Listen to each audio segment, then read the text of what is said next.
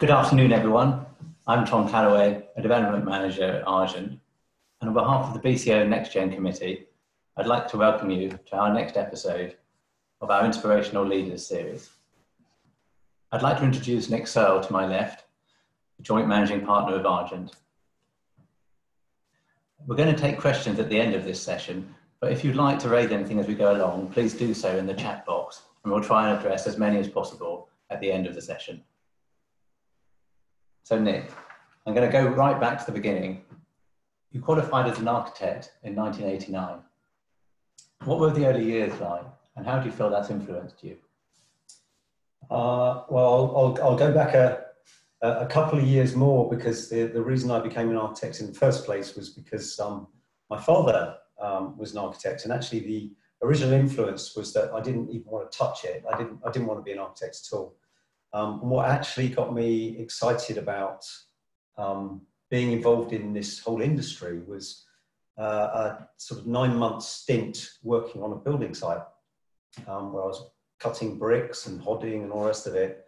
And I just loved the fact that we were physically making something every single day.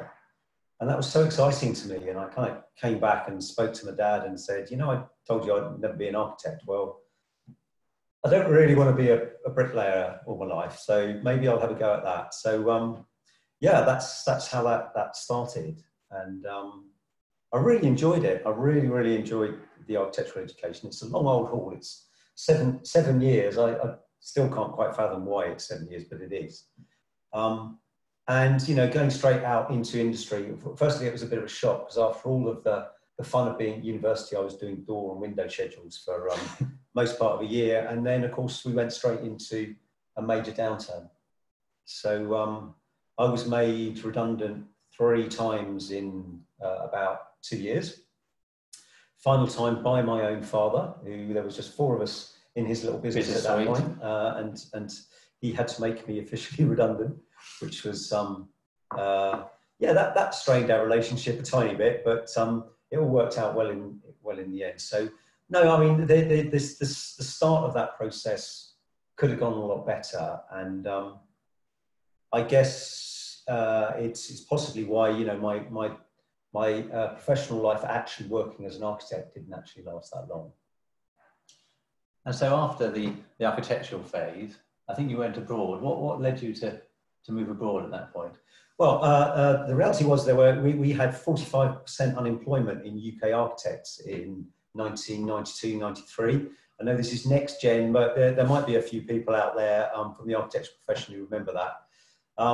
It was a pretty scary time. You know, there was, yeah, in many ways, it was much worse than what went on in 2009, 2010.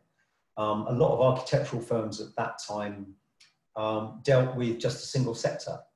And a lot of them went to the wall, and a lot of people were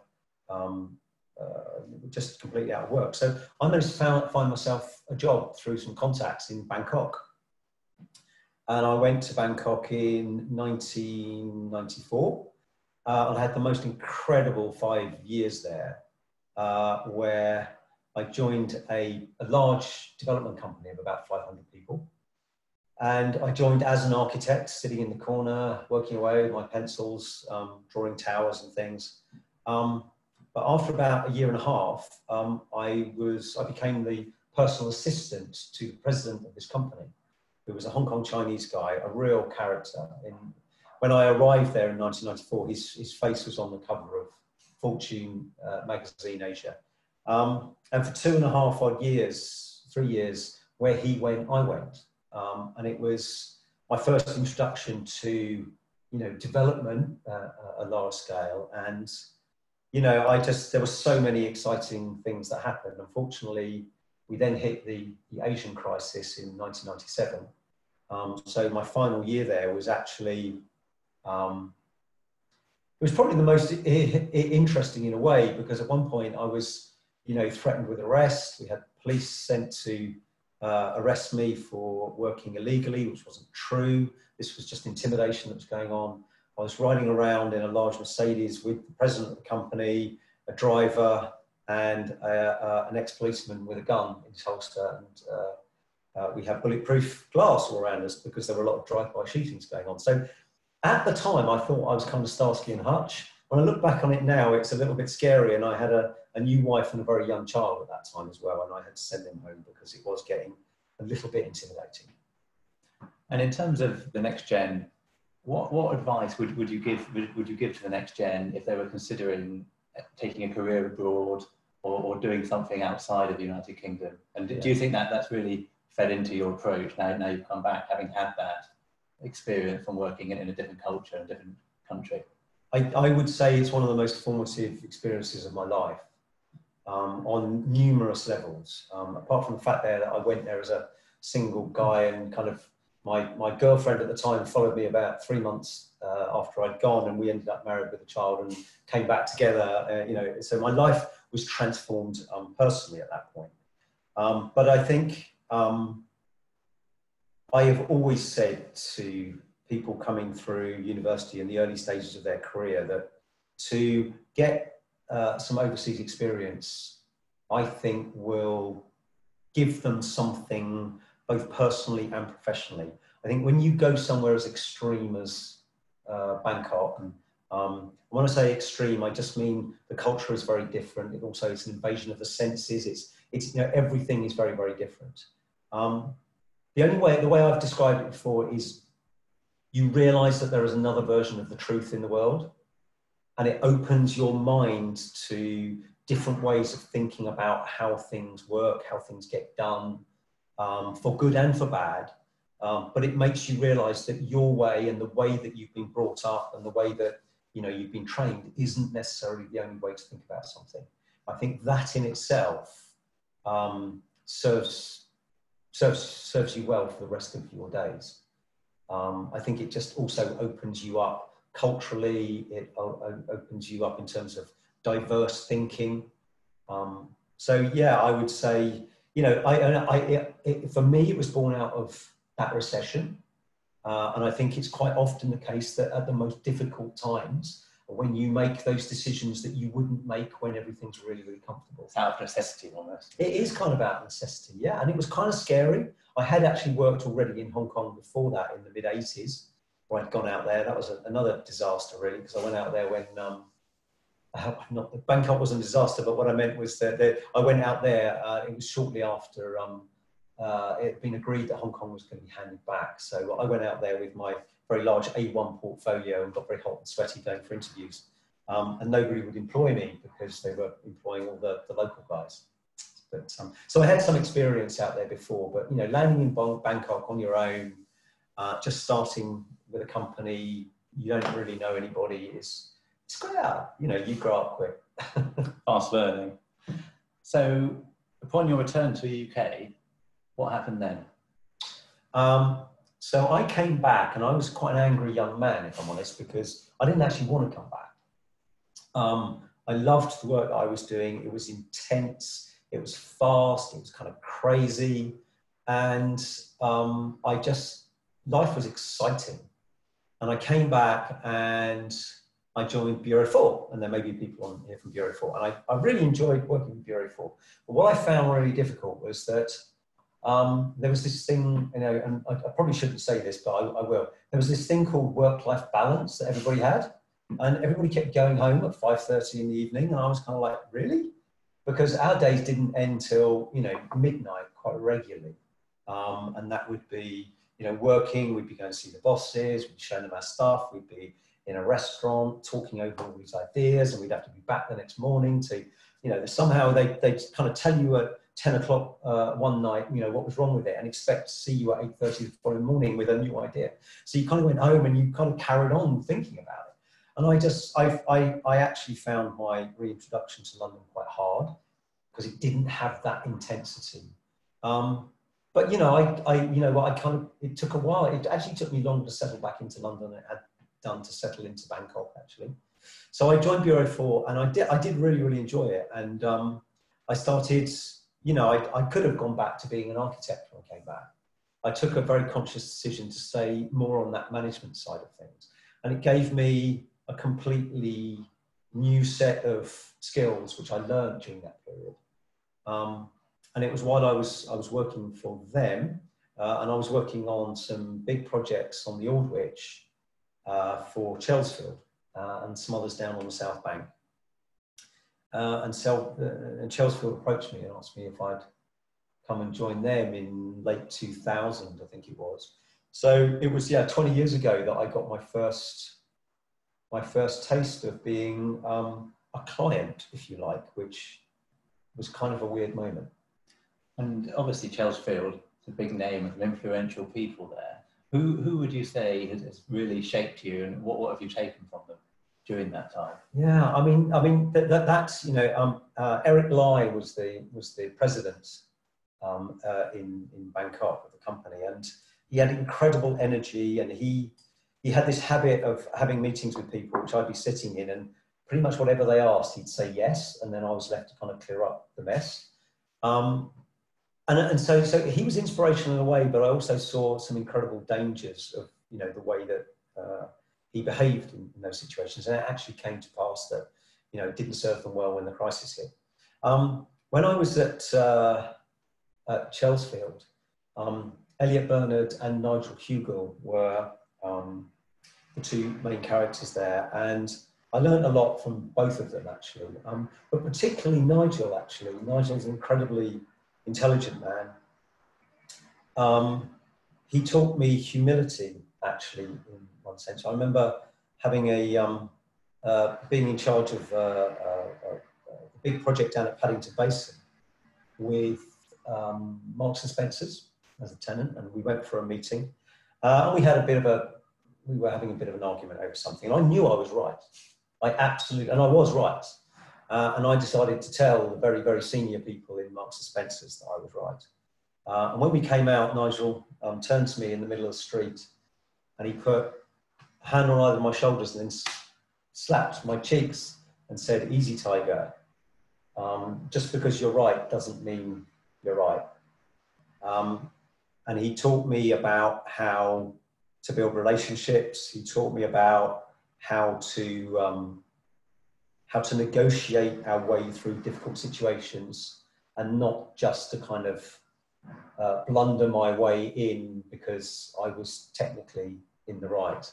And that was just one way, but I learned a lot from him and others in that business. I mean, there were some people in the business, and I'm not going to name them, but who I learned things about how not to do things as well. So I think you have to look at both sides of that coin. There's some very, very big characters that I've worked with, very powerful characters that I think have led through fear, and I have always turned against that in my own way of doing things, and it never inspired me. Yes, I did certain things because I felt I had to, but was I really, really inspired by them? Were they leaders? Would I follow them? No. So I think if we just stay on that topic of difficult situations, clearly over a varied career, you've been through a few recessions. We had the Asian crisis, we had the recession when you started your architectural career.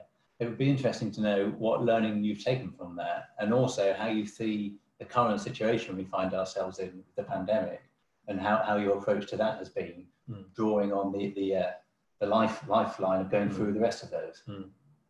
I mean, this is the fourth time that I've been in a deep recession and a difficult situation, and I guess my main taking from that process is twofold. One is, be honest with people. Don't try and cover up what's going on. As a leader, you have to be really honest with people. And the second thing is, if decisions need to be made, you must make them early. If you dwell on it and you wait too long to make decisions, whatever those might be, in the face of the difficult situation you're facing, if you wait too long, those decisions only get harder, and the impact of them only gets worse. And so those are the two things that I've taken away. When in that very first situation back in 1989, the guy who, in the first architectural firm I worked for, it's a company called Architect, it previously been the Comprehensive Design Group. And it was 60 people, it had been built up by one man over 40 years. And he did everything to try and protect the staff and keep it together for way too long. And what ultimately happened was that within 2 years, he went from 60 staff down to 7 and then completely disappeared. And it's because he basically didn't move fast enough and his cash flow was completely annihilated, and he couldn't keep it afloat. So, would it have been different if he'd acted earlier? We'll never know, but he definitely waited too long to do that. So it's hard, that sounds quite harsh, but if you're acting in the interests of the business and the people who are going to remain in the business, you have to act quickly in these situations. You really do. I think there's also, I've seen some situations which are not just, trying to protect people, but people who have in quite, senior leadership positions who basically just put their head in the sand, kind of pretended that it doesn't affect them. And, ultimately these kind of situations do affect everybody. I think the situation we're in right now is quite unique because the difficulties are going to come from basically a massive reduction in demand. And that hasn't happened in quite that way before. So we are seeing, and whether that plays right the way through into our sector fully, but, I'm talking about what's affecting the economy more broadly, is that reduction in demand. Now, actually, house prices have gone up because the demand for new homes has been incredibly high. Can that possibly last in this situation? I doubt it. Frankly, I doubt it. And I think, next year is going to be the year when we actually see what the real implications of this are. I don't want to sound too glum, but, I don't think we've really seen it play out yet. So, yeah, I think that's why I'd say, you have to take it on. You have to accept the reality of it. And you have to make hard decisions quickly. So it's probably worth just jumping around a bit, but on this point, you've recently been made joint managing partner of Argent, and how's it been taking on that role, given the great uncertainty we're experiencing, and have you had to make some of these fast, hard decisions? We are having to make hard decisions, and a lot of different aspects of the business right now. Yeah. What's it been? I mean, firstly, I think I should say, I never imagined, as that, young guy going off to Bangkok, whatever that was, 28 years ago, that I was ever going to be in the situation that I'm now in and being given the responsibility that I've been given. And I'm really grateful to be given that chance. It is an extraordinary time to do it. I am particularly grateful, I think, that I'm not doing it on my own, actually. My colleague Robert Evans and I have taken that role on together. We've got a company of nearly 200 people. And I think it would be pretty lonely, actually, right now to be there on your own.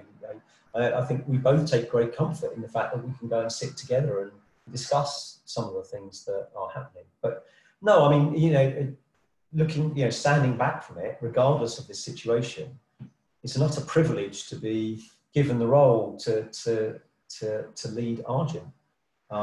It's one of the best known names in our industry. We've done some great projects. We're going to do some great projects. We've got great backers. And actually, I think, our future is positive without wishing to appear like the man with his head in the sand. I think we have, if you look to the medium to long term, I think we have a lot to look forward to. I'm trying to pick up on all those different lessons that happened along the way, and if you ever need them, now's the moment.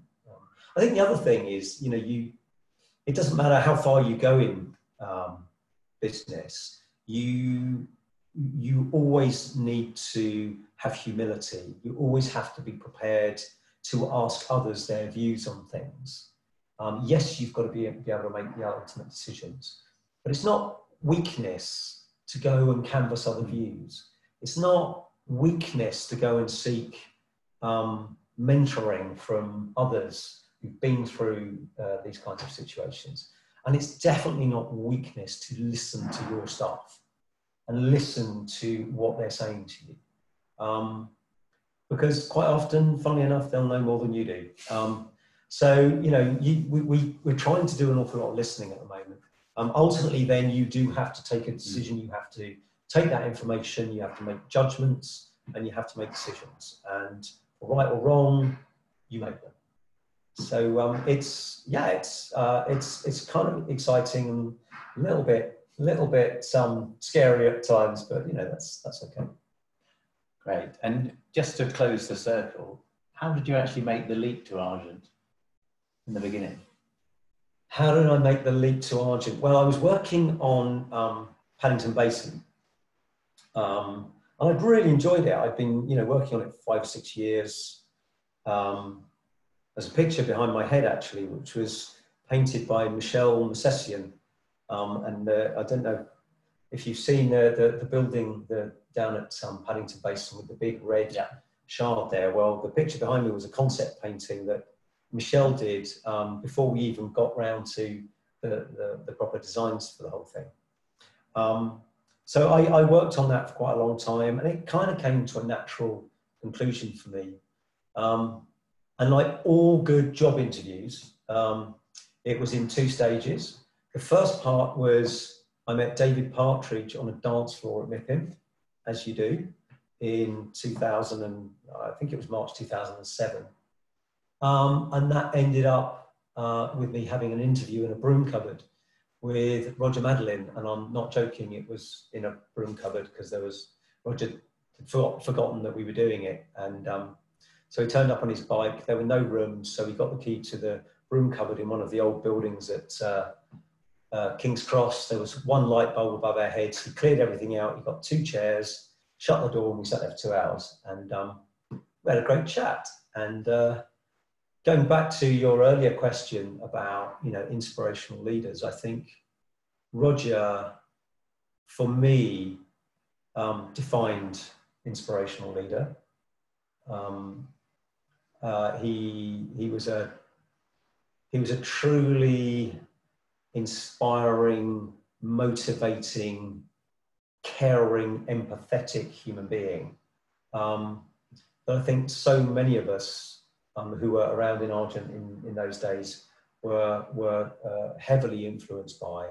He had a passion, he had an honesty, an integrity that, you know, that is really, really, it's probably more than anybody else has formed me into the person I am today and how I want to do the job that I'm now doing. And that's, you know, when you see those people in your professional life, just, you know, watch them closely, stay close to them, learn from them, listen to them. And they don't get everything right. That's not the point. It's not the point that they get everything right or everything wrong. The point for me is the attitude. And a lot of that comes down to the attitude to individual people and making time for people. And Roger always did that. So yeah, that was my transition, and I came across to actually manage a deal that we'd done with Sainsbury's to come here to King's Cross. And it was the best deal that we never did, because when we look back on it now, it would have, well, it wouldn't have been the best of deals, you know, that we would have been signing up. We would have been signing it up in sort of 2009, and that wasn't a great time to be doing deals. So no, it was quite a smooth transition because it was just such a great group of people that I ended up working with. And what was the size of the business at that time? The size, it was 38, 39 people at that time. That was the end of 2007. So yeah, we're nearly 200 now. Quite a change since then. Yeah, and that's, you know, we've grown through the development of King's Cross, really, which is, you know, for me, you know, King's Cross, you know, who wouldn't want to do that? You know, I mean, again, you know, if I look back and I just see these moments where something, you know, has happened and I just happen to have landed in the right place at the right time. You know, if you're in our industry and you can't get excited about working for 10 years of your career on a project like King's Cross, you're really in the wrong industry. So for me, I've got to learn so many new skills, meet so many new people, do things I never imagined I'd have the chance to do. yeah, it's been career defining. It's been absolutely career defining. It's led to so many other things. You talk about being in the right place at the right time with King's Cross. You've had a great career today. Do you think you've been lucky, or have you shaped that somehow? Yeah, luck plays a big part in it. Luck played a big part in it. I know there's all the old sayings: the harder you work, the luckier you get, and all that kind of stuff. But I work hard. Yeah, I did work hard, and I think yes, I've been lucky. I've been lucky to be in the right place to take advantage of opportunities when they've arisen. I've had to grab them, and I'd like to think I did that. But yeah, luck always plays a bit of a part in these things. I think I've enjoyed every step of it as well.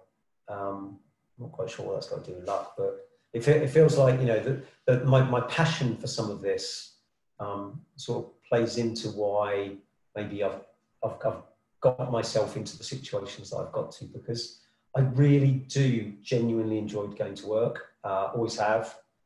And I know so many people who don't, and I honestly don't know how they get out of bed and go and do their jobs. So yeah, luck plays a part in it, but you can make a bit of your own luck. I was trying to get through that without saying you can make your own luck, but I haven't managed to do it. Nearly.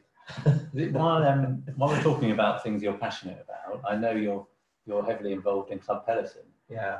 I just think it would be worth just touching on how what you've got out of being a part of it, of such an organisation, and what you feel Club Peloton has achieved over the years. Honestly, it's the most extraordinary organisation. I got involved with it. I was, for 20 years of my life, I was a distance runner, and I had a bit of a back problem and had to stop running, and I took up cycling. And so in 2011, I decided to have a crack at the cycle to Mipim, which I'm sure there's some people on here who've done it. It was quite life-changing, actually. Life-changing, one, because it nearly killed me. Two, because of the people that I met. And three, because it's just such a meaningful thing to do, and the charity that sits behind it is too. So off the back of that, I ended up, I've cycled it 5 times now, but I became a trustee of the charity in 2013, and then I became the chairman of the charity in 2015, I think it was, 5-6 years ago. And for me, a lot of the consultants that we've got working on King's Cross, I've met sitting on a bike on those rides. I've created friendships and professional relationships that would never have happened without it. I've got to work with so many amazing trustees who are so equally passionate about both cycling and the charity. But probably most of all, I've been involved with raising now, I can't remember what those figures are, but I think it's about £1.4 million we've now given to Quorum, which is an extraordinary charity. And there are other charities that we give money to as well, but Quorum is the main one who gets 2/3 of what we raise. And that's been, getting to know the people who run Quorum, and getting to know some of the young people who have been helped through Quorum has been it's been magical, really. So it's been something that's kind of run alongside my professional life and quite heavily intertwined for the last, 7 or 8 years. And I still love being involved with it. I haven't actually ridden it for a while now. I can't keep up with all those people like you who go way too fast. But this year is obviously very different. Yeah. We're without giving away too many secrets, we are thinking about doing something very different in the first half of next year, which actually will be far more inclusive. And I think it will allow us to develop the whole thing further. When I joined, it was called Cycle to Cannes. It became Club Peloton, and we've evolved it, and it's become a membership thing now. So we've got about 700 members now. And I think actually we're looking quite positively at what's happened now. It is difficult, because it's difficult to raise the money that we were raising previously. But we are looking at ways that we can do things differently and learn from this experience. And I actually think Club Peloton will be stronger and better as a consequence. Watch this space then. Yeah, it's going to be exciting. So since this is obviously a BCO webinar, I feel we should at least touch on offices slightly. Yeah. You sat on the BCO judging committee for quite a long time. Yeah. And I think you probably visited in excess of 200. Yeah, I was a judge for 6 years, and I was the chair for 2 or 3, I can't remember. And we would get about 80 entries every year. So, you know, if we do the maths, it's probably best part of 400 odd, between 350 and 400 entries, and visited about 200 of them over that period. And honestly, that was, again, such a privilege. I mean, there was me, an office developer, being invited into 200 other developers' office developments and being given a 45-minute presentation on it. So, you know, as a professional, you know, it was an incredible learning experience. And I, you know, get involved with the BCO and get out there and do some of these things, because there's so much to learn, for good and for bad. And some of them were bad. We should just say that. Yeah. There's some great ones. There was also a few where we really did wonder why on earth we were there. But anyway, yeah, that's another story. But you know, it was an extraordinary experience to do all that. And again, you know, I met some great people. And again, you know, some of them become good friends, not just within the judging committees that we had, but also amongst the developers and the project managers who were doing that, who then meet outside of that at other events and activities. So no, and of course we brought some of that learning back into our own developments as well. You know, we really did see some great things. So we learned a lot. We've applied the best of that learning to what we do. And of course that comes back through the BCO, so everybody gets the benefit of that as well. And there's been a lot of rhetoric in the press about the death of the office and so on and so forth. Do you feel that the BCO is still as relevant as it once was, and what should we be looking out for? So, you know, I've got grey hair here. So I lived through the 1990s, where we went through about 5 years of the office is dead. Everybody's going to work from home because we've now got, you know, the internet coming and, you know, all these kinds of things. And of course it didn't happen then. Now, I think this is clearly a far more fundamental shift that we are experiencing here. But, you know, I'm talking to a BCO audience, so, you know, perhaps you say, well, you would say this, wouldn't you? You're talking to a BCO audience and you're an office developer. But no, I absolutely don't think the office is dead at all. I think the office is going to continue to play a really, really important role in the cultural life of every single business. I think there are very, very few businesses that are suddenly going to say, we are now going to operate 100% remotely.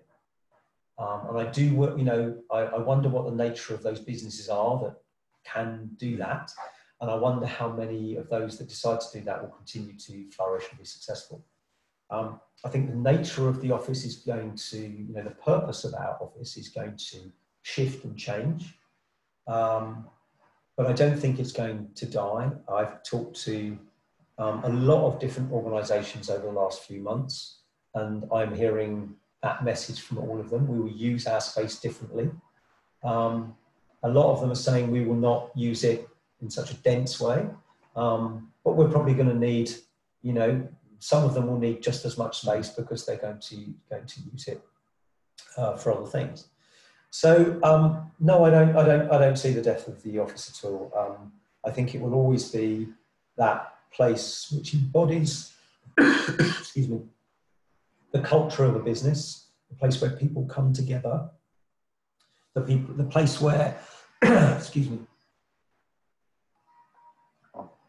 where leaders can communicate effectively with everybody on a personal level, not just the leader, but leadership throughout the business, which is very, very difficult to do across, you know, through virtually. I'm very confident that we will continue. I do think geographically there could be some changes about people where they want to base at least part of their teams. And I think, as developers, we're all going to have to think a little bit about that. I think we're also going to have to think about the nature of the spaces that we provide and the specification. I think more than ever, occupiers are going to want the flexibility to change what they do in those spaces simply and economically.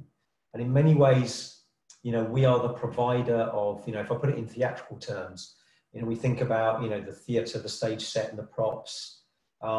We are literally creating the theatre, the building, the frame.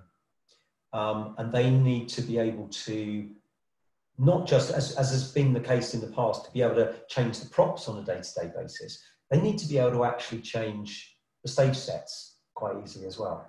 They need to be able to adapt that space from one use to another, and for it not to be an expensive, time-consuming, highly technical process. So how do we do that? How can we give people that flexibility? I've been to so many different conferences and things over the years where the question is, what do customers want? Or what do tenants want? Of course, the big question is, what customer? They're all different. But if there was one way that I could tie them all together, is that they are all looking for that ability to flex and use their space in different ways, and for it to be simple and easy and economic to do that.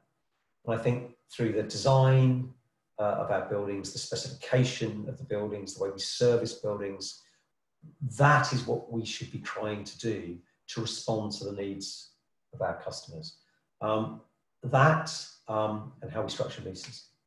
Obviously, that also is going to be really important to them, to give them that flexibility, and that in many ways is more challenging. It's probably another hour's chat, lease structure. Yeah. So before we turn to the questions from the audience, we spent a lot of time looking backwards. Just looking forward, we've had the launch of Brent Cross recently. Brent Cross Town, as it was turned on Monday. Yeah, it's exciting. I've had my head down for 3 years, really looking at that, and it was really exciting to turn it on and start to talk about it publicly. And we have, it's 10 million square feet. It's out of Brent Cross, northwest London, and we've got 3 million square feet of offices there, roughly the same amount that we developed at King's Cross. And that is a really exciting prospect in the context of what I was talking about earlier, thinking about geographies and thinking about how people, businesses, new strategies that are developing about, perhaps splitting some of the functions between central London and other places. We've got a new railway station being built there, which is just going to open in 2022 and going to be just 12 minutes into King's Cross. And you're sitting on the foot of the M1 motorway looking out towards Oxford and Cambridge and other places. So we kind of have this little hub position in the middle of that sort of golden triangle, as it was referred to me today, but with that very easy access into central London, and obviously relative to central London, as it stands today, quite economic. And we're creating a place which is a town, and it's important that we think about it in those terms, because it's going to bring all the things that you would expect in a town, from leisure, retail, obviously considerable amounts of housing, great public space, parks. And, that's that kind of amenity and quality of life to sit alongside the quality of working life, I think we all know is now increasingly important to businesses and their staff. So I'm really excited about that. We're just starting out on that journey. It's bigger than King's Cross. The land area is 3 times. So that's kind of, that's quite a prospect. Daunting.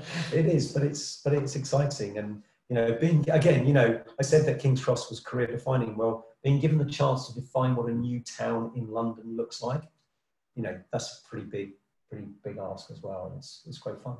Great, thanks, Nick. We'll just turn to some of the audience questions.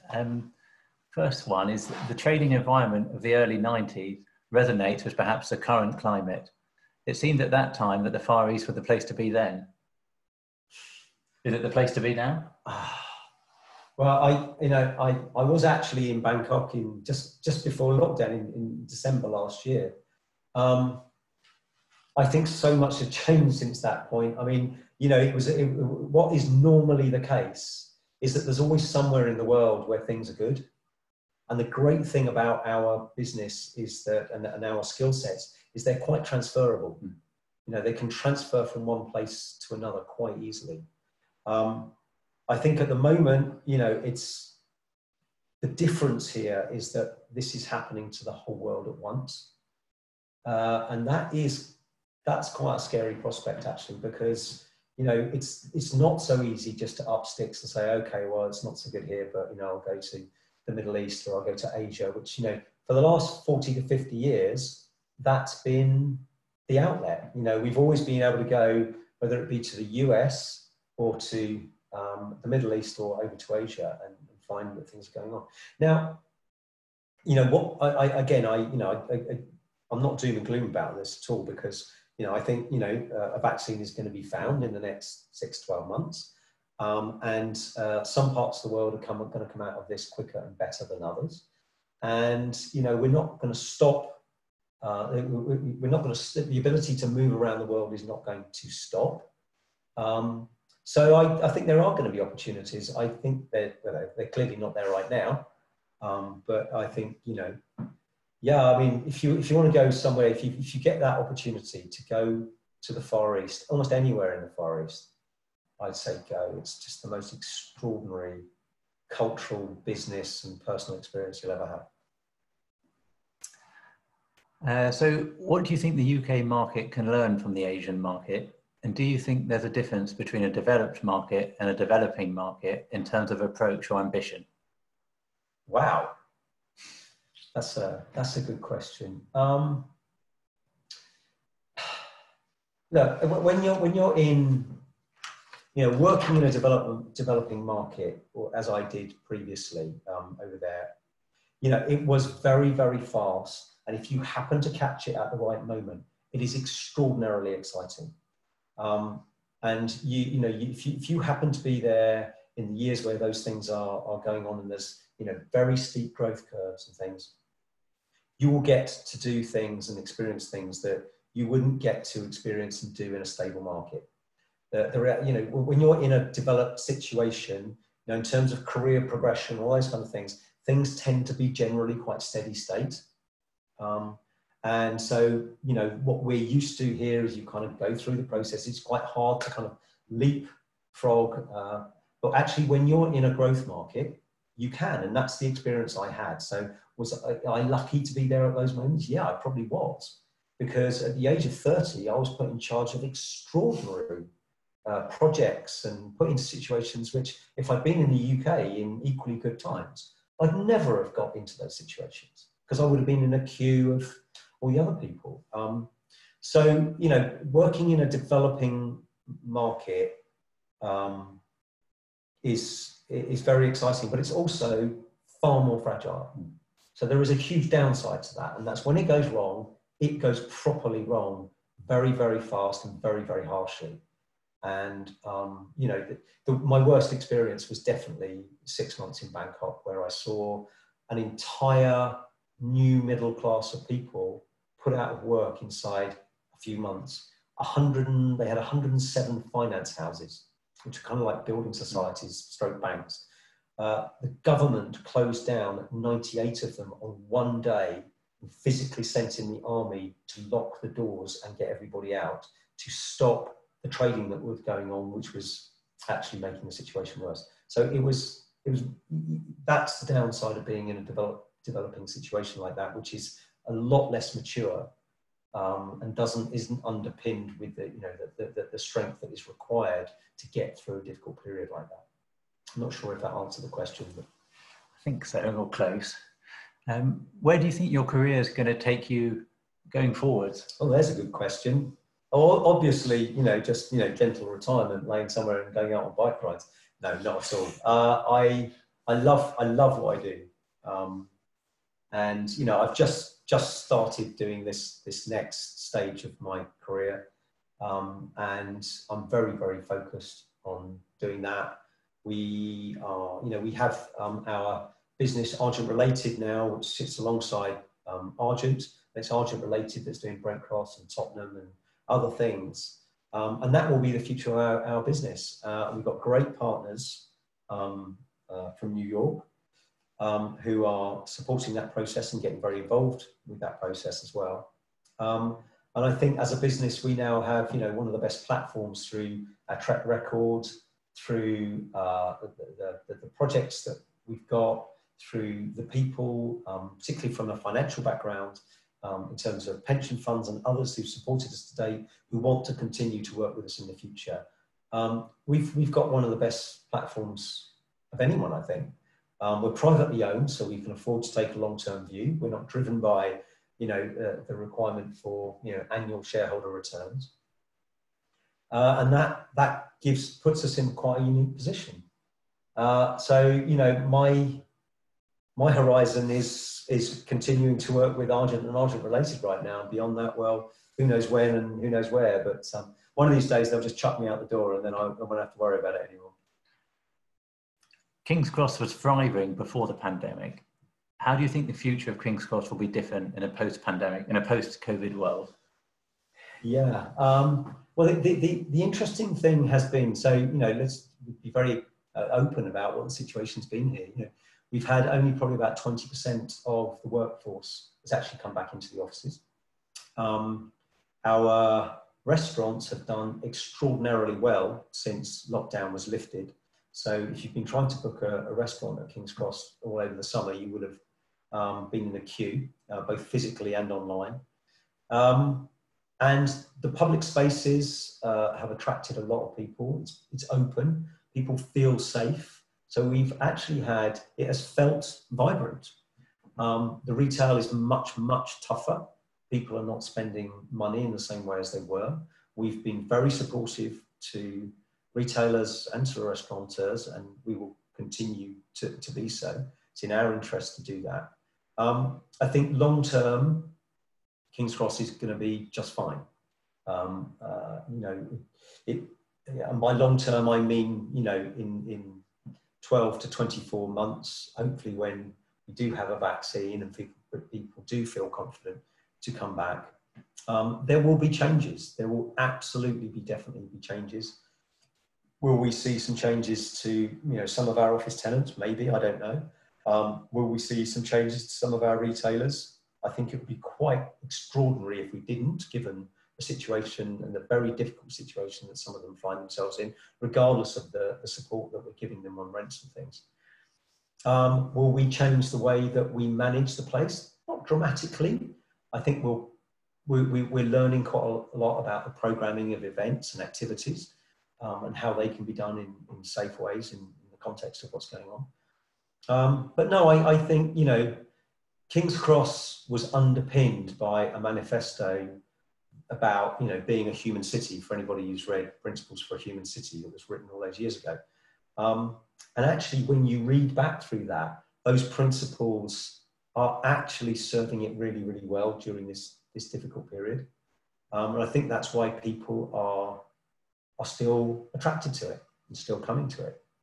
So I'm confident it will continue to be a great part of London to come and work in, live in, and spend a bit of time in as well. Argent have proudly led innovations with each new development. What are your new aspirations for Brent Cross?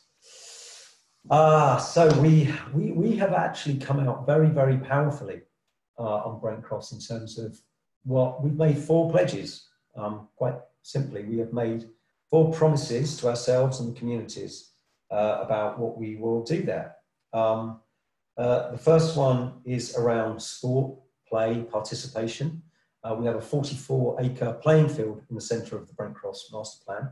And our ambition is that our development will become the focus in London for mass participation in sport and leisure. And we're going to, as well as those playing fields, we're building 150,000 square feet of indoor sports and fitness facilities alongside that. Highly inclusive, big focus on female participation. So that's the first one.